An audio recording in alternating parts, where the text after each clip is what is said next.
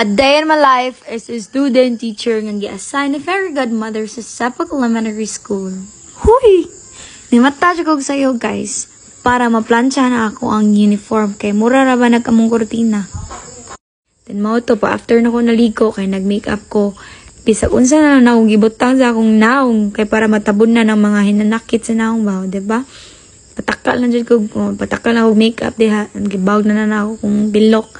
Para gwapa ko nung ay ko ikaabot sa school, o diba? Ora-ora na ko dara guys, kay manam ka outfit check, o diba? Ilason kita na awon ba? So umao to, nisaka na ko padong sa karsada, and then grabe kalisod sa daan, kaya pwede na nga nagbat po. Ano siya guys, awag ko na good.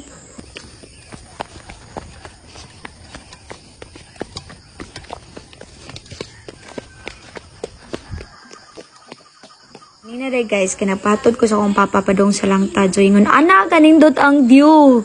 Dire sa amo, diba? Kisa pwede ganahan mo eskwela kung anak, kanindot ang view. Ikamata ni mo ikabadong sa eskwelahan, diba? Worth it ang pagsayo og mata, no? Bisag porteng layo sa langtad. Diba? Naningkamot dyan ko nga makamata ko sayo. Para dili ko malate. Yung anak, dan guys, porteng ilog sa runan. Mura kag maumod. Diba? Mura siya padong aloginsan ba? Mura kag padong maligo dagat. O, diba? Shout out dahil ko sa mga tagalang tadira.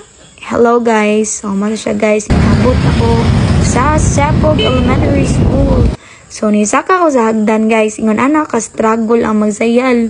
And then, masaka ka sa hagdan. O, diba? Hi guys. Diba?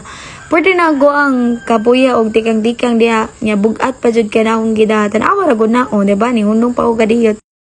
Hi, Sepog Elementary School. Sa mga auto, naabot ako. And then, nag-flag na. Diba? Gusto ka na masayo si Ate Shirley. Tanawa lang. Magulagi na ilang sayaw, no?